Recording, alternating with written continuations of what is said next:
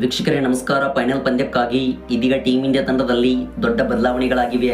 ಹೌದು, team India ತಂಡದ ಹೊಸ ಪ್ಲೇಯಿಂಗ್ 11 ಹೀಗಿದೆ. ವೀಕ್ಷಕರೇ, ಮೂವರು ಸೇರಿ ಟೀಮ್ ಇಂಡಿಯಾಕ್ಕೆ ಸ್ಟಾರ್ ಆಟಗಾರರು ಎಂಟ್ರಿ ಕೊಟ್ಟಿದ್ದಾರೆ. ಇನ್ನು ಟೀಮ್ ಇಂಡಿಯಾ ತಂಡದ ಕೋಚ್ ಆಗಿರುವ ಗೌತಮ್ ಗಂಭೀರ್ ಅವರು ಕೂಡ ತಂಡದಲ್ಲಿ ದೊಡ್ಡ ಬದಲಾವಣೆಯನ್ನು ಮಾಡಿದ್ದಾರೆ.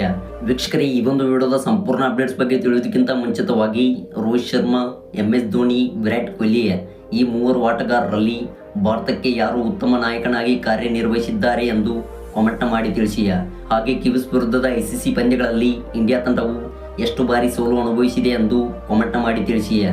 ಹೌದು, ನೀವು ಮಾಡುವ ಪ್ರತಿಯೊಂದು ಪ್ರೀ ಕಾಮೆಂಟ್ಸ್ಗಳು ಕೂಡ ಈ ಒಂದು ಫೈನಲ್ ಪಂದ್ಯಕ್ಕೆ ಮಹತ್ವದ ಕಾಮೆಂಟ್ಸ್ಗಳಾಗಿರುತ್ತವೆ.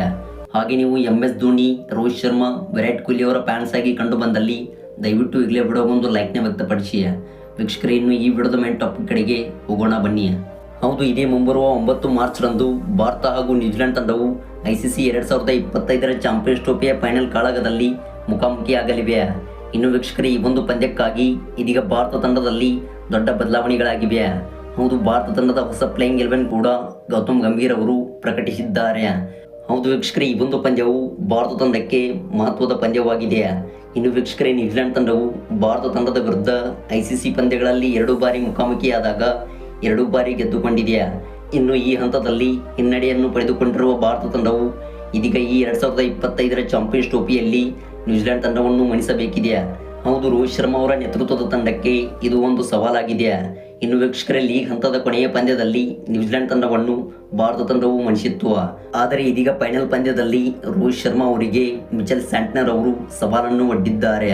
ಹೌದು, ಈ ಫೈನಲ್ ಪಂದ್ಯಕ್ಕಾಗಿ ಇದೀಗ ಗೌತಮ್ ಗಂಭೀರ್ ಅವರು ತಂಡದಲ್ಲಿ ದೊಡ್ಡ ಬದಲಾವಣೆಯನ್ನು ಕೂಡ ಮಾಡುತ್ತೇವೆ ಎಂದು ಪ್ರೆಸ್ ಕಾನ್ಫರೆನ್ಸ್ ಅಲ್ಲಿ ತಿಳಿಸಿದ್ದಾರೆ. ವೀಕ್ಷಕರೇ, ಪ್ರಮುಖವಾಗಿ KL ರಾಹುಲ್ ಅವರ ಬದಲಿಗೆ ರಿಷಬ್ ಪಂತ್ ಅವರು ವಿಕೆಟ್ ಕೀಪರ್ ಬ್ಯಾಟ್ಸ್ಮನ್ ಆಗಿ ಫೈನಲ್ ಪಂದ್ಯದಲ್ಲಿ ಆಡಲಿದ್ದಾರೆ. ಹೌದು, ಸ್ಫೋಟಕವಾದ ಬ್ಯಾಟರ್ ಟೀಮ್ ಇಂಡಿಯಾ ತಂಡಕ್ಕೆ ಬೇಕಾಗಿದ್ದು, ಇನ್ನು ಇವರ ಒಂದು ಸ್ಥಾನದಲ್ಲಿ ಇವರು ಅವಕಾಶವನ್ನು ಪಡೆದುಕೊಳ್ಳಬಹುದು.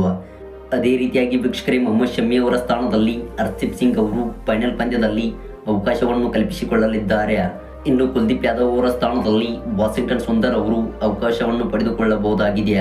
ಹೌದು, ಈ 3 ಬದಲಾವಣೆಗಳು ಟೀಮ್ ಇಂಡಿಯಾ ತಂಡದಲ್ಲಿ ಕಾಣಿಸಿಕೊಳ್ಳಲಿದೆ ಎಂದು ಇದೀಗ ಸೋಷಿಯಲ್ ಮೀಡಿಯಾಗಳಿಂದ ಅಪ್ಡೇಟ್ಸ್ಗಳು ಬರುತ್ತಿವೆ.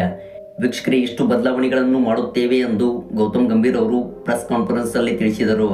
ಹಾಗೆ ಮಾತನ್ನು ಮುಂದುವರಿಸಿದ ಗೌತಮ್ ಗಂಭೀರ್ ಅವರು ಹೇಳಿದ್ದು, ಇದುವರೆಗೆ ಆಡಿದಂಥ ಪಂದ್ಯಗಳನ್ನು ಇಲ್ಲಿಗೆ ಬಿಟ್ಟು ಬಿಡಿ. ಇನ್ನು ಉಳಿದಿರುವಂತಹ ಒಂದು ಪಂದ್ಯವನ್ನು ನಮ್ಮ ಭಾರತವು ಗೆದ್ದು ಬೀಗಬೇಕಿದೆ.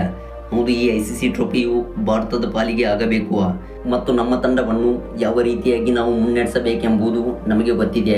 ಬೇರೆಯವರಿಂದ ನಮಗೆ ಮಾರ್ಗಗಳು ಬೇಡವೆಂದು ಗೌತಮ್ ಗಂಭೀರ್ ಅವರು ಸಿಡಿದೆದ್ದರು. ವೀಕ್ಷಕರೇ, ಟೀಮ್ ಇಂಡಿಯಾ ತಂಡವು ಈ ಬದಲಾವಣೆಗಳನ್ನು ಮಾಡಿದ್ದು ಸರಿನಾ ಅಥವಾ ತಪ್ಪಾ ಎಂಬುದನ್ನು ಕಾಮೆಂಟ್ ಮಾಡಿ ತಿಳಿಸಿ. Thanks for watching.